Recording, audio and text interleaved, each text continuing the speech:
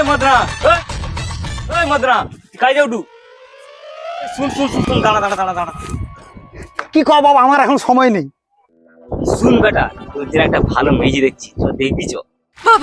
আমার ওইসব বিয়ে টিয়ে অত ইন্টারেস্ট নেই বাবা।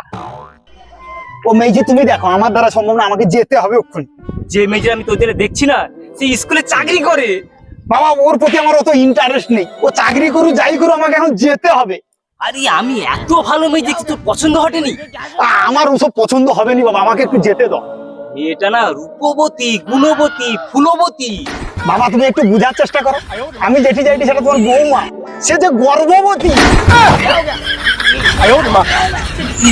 তার পেটে তোমার বংশের প্রদীপ।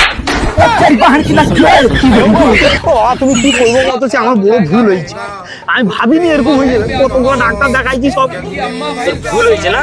ডাঙ্কাই রে।